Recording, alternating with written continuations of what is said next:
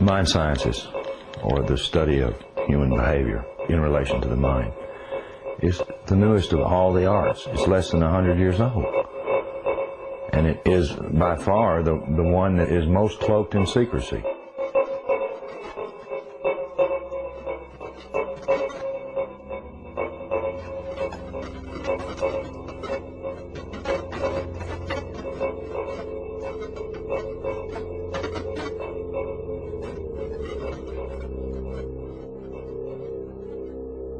The origins of psychological warfare were in Nazi Germany, and in the Nazi ideology they had something that was called Weltanschauungskrieg, which means worldview warfare.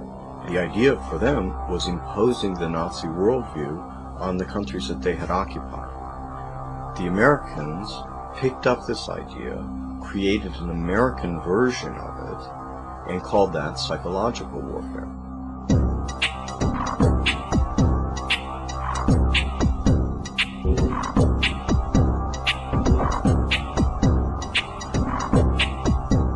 In trying to understand psychological warfare and in trying to understand the American approach to the post-war efforts to control people's minds, both as individuals and on a mass scale, there's a lot of illusions about how that was done.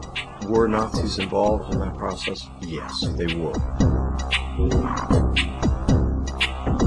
Project Paperclip was a United States government-sanctioned CIA operation for the importation of Nazi and fascist scientists into the United States.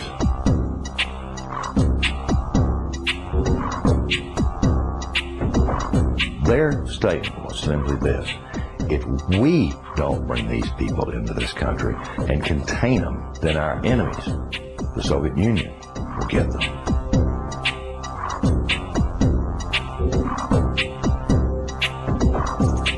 The first wave was to bring these scientists. There was 700-odd propulsion scientists, and then there were some 600 and some odd mind sciences people that they brought in.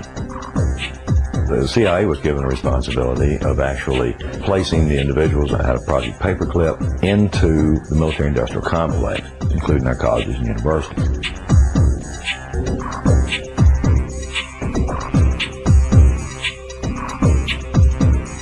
Mind control was a psychological warfare weapon that Adolf Hitler regarded as the answer for taking over the entire planet.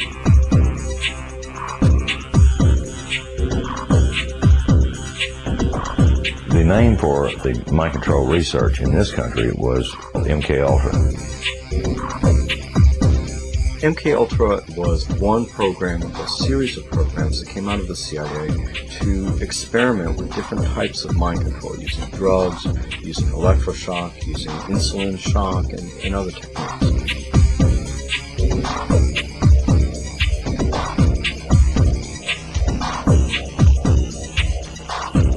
I think that the goal for those people who planned the program was very straightforward. It was an attempt to figure out a way to interrogate people and to learn how to protect their own agents against control by others.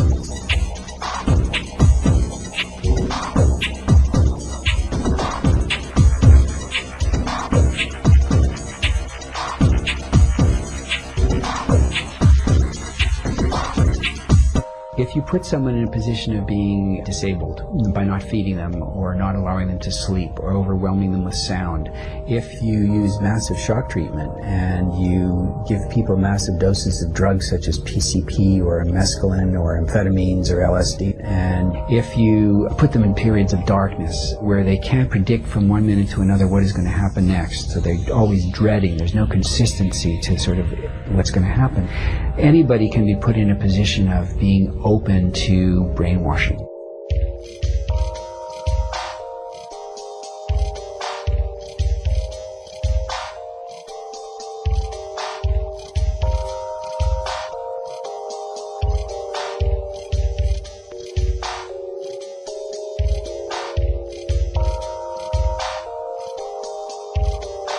Ewan Cameron was probably the foremost psychiatrist of his time in the 1950s. He was using high-tech sound techniques. He was using multiple kinds of loop recorders to force people to listen to recorded messages 24 hours a day for weeks on end to basically destroy people's thinking patterns.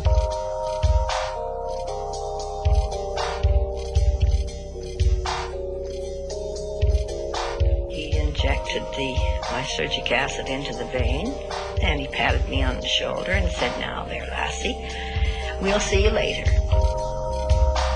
And I started to feel very frightened, and the fright became a terror.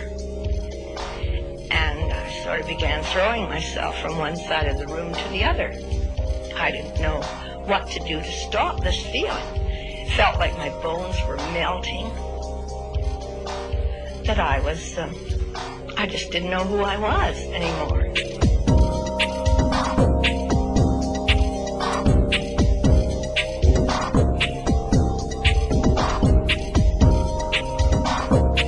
This is not just break-ins of people's homes. It's not just invasions of privacy by illegal wiretapping. This is an invasion of a person's mind. And that is about as profound an injury, except for loss of life, that the government can impose.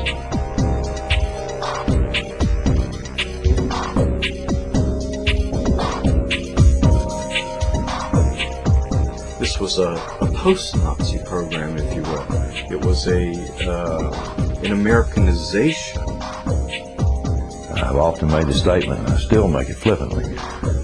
The Nazis didn't lose the war. They just had to move. Now it's 50 years later. Now they're much more clever, much more sophisticated. They have a lot more money to spend.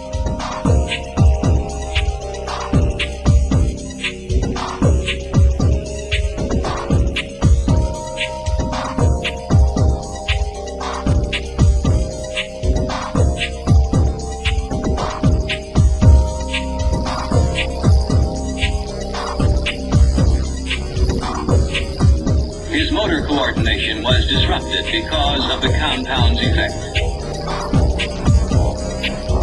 Although his vision was not impaired, he found it difficult to focus his attention on the next objective. His physical actions were noticeably slower. He felt compelled to disobey his instructions. Did Sergeant Ditches give you any instructions about what you were supposed to do tomorrow? Tomorrow? What, is today Thursday? Today's Thursday. Today's Thursday. Well. Wars are not won on the battlefield. They're won in the minds of the people.